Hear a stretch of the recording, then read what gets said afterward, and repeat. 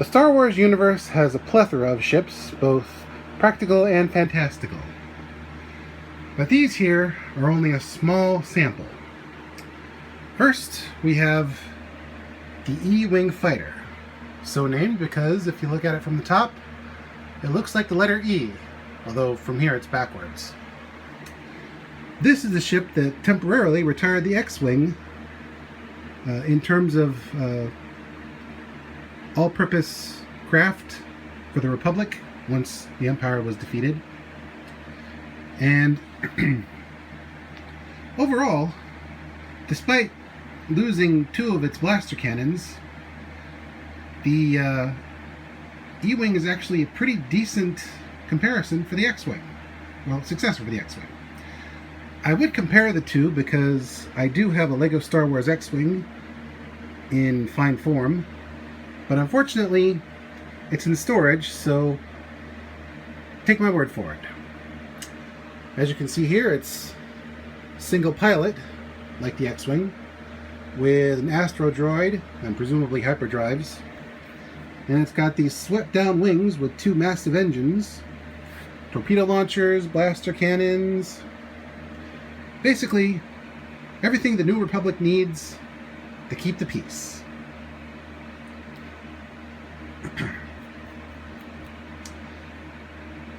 Anywho, originally this particular craft was from the expanded universe only in comic book form, but they decided to bring it out in full form, in fine form, in this form,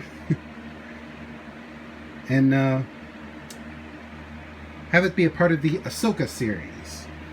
Now, if you're not familiar with the Ahsoka series, basically it's a continuation of Star Wars Rebels, which was a cartoon, which itself was a continuation of the Star Wars Clone Wars cartoon, which started out kind of lame, but quickly grew in popularity.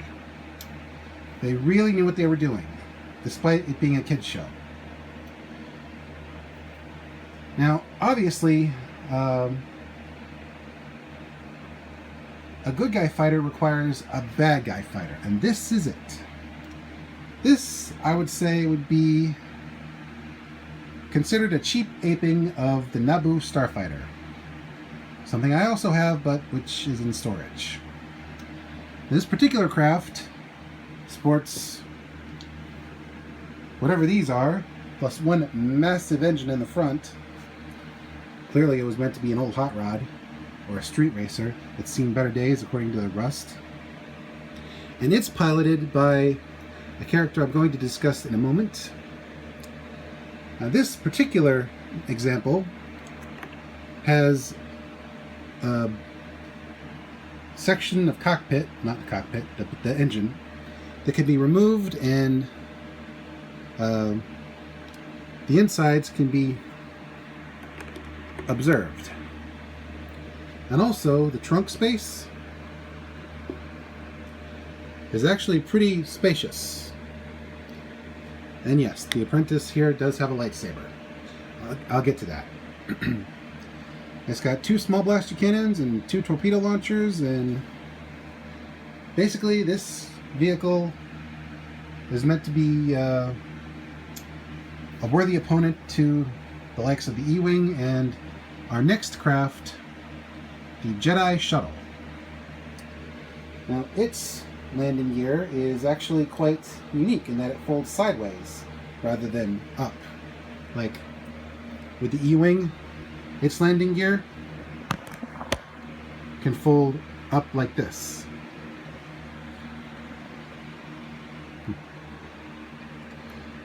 Anyway, this particular example is piloted by Ahsoka, the apprentice of Anakin Skywalker, who left the Jedi Order due to being accused of terrorism, but sort of came back as a gray Jedi, sporting white lightsabers, which apparently can be created by healing a bled Sith crystal, which in turn can be created using a Jedi's crystal that had been bled.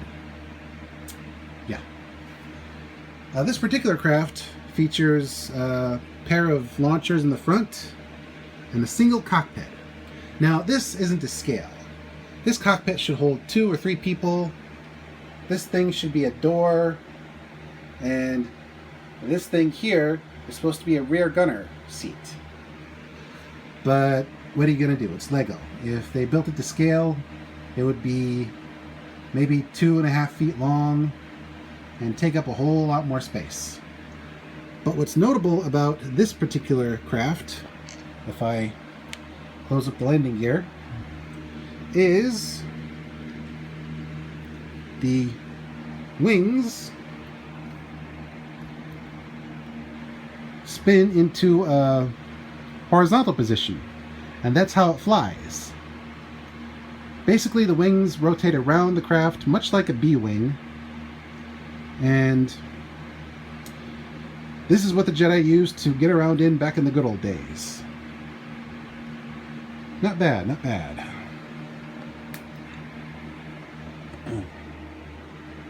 As for the...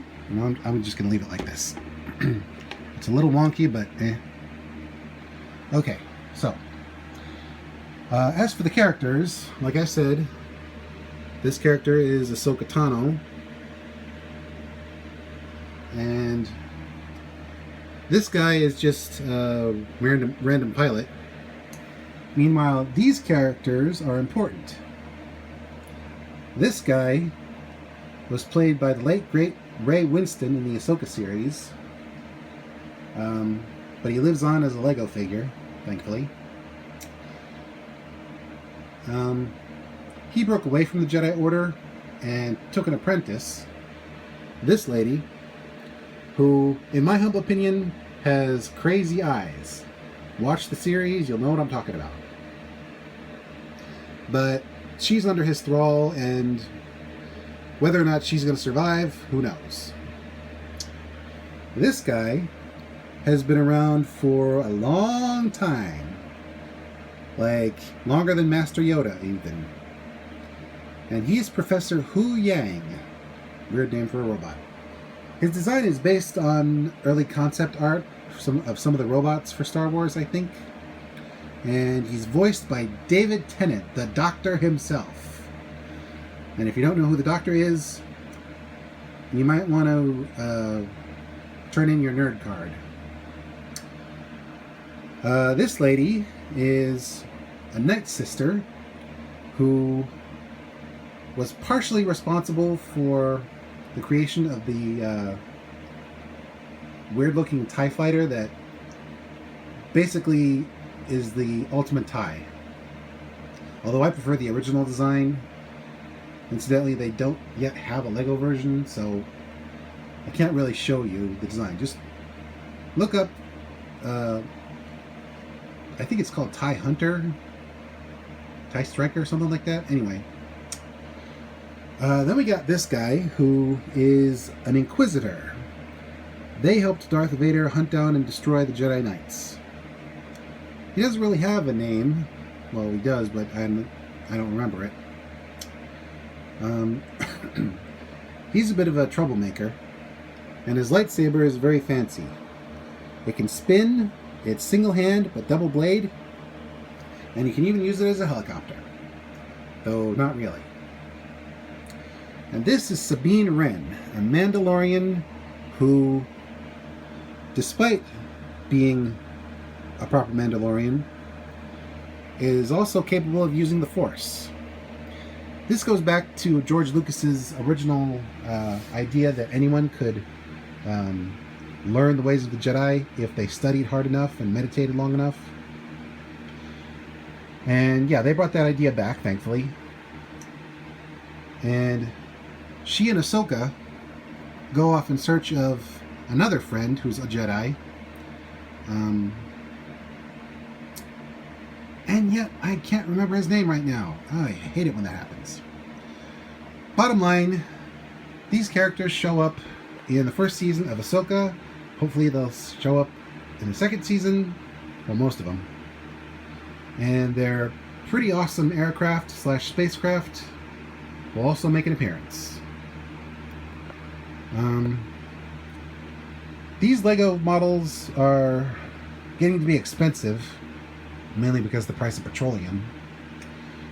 But building them is almost a meditative process. I can't really describe it to you. You just have to see for yourself. But try to find one within your price range. They do take up space on the mantelpiece, but they're worth it because these are beautiful. Even the ugly ship here is beautiful in its own way. And they just look and feel like they're realistic vehicles, almost. With the exception of this one, which is fantastical and, again, not to scale with the models. Excuse me, the figures. But overall, this is a pretty impressive setup to usher in the first season of the Ahsoka live-action Star Wars series. What comes next? Who knows? But until then, this is Mr. J signing out and reminding you, just because they put $9 to $99 on the box for Lego sets, doesn't mean you have to ever stop putting models together. Because without such vehicles for imagination and innovation, the brain stagnates. Trust me, I know. May the Force be with you. And always build higher.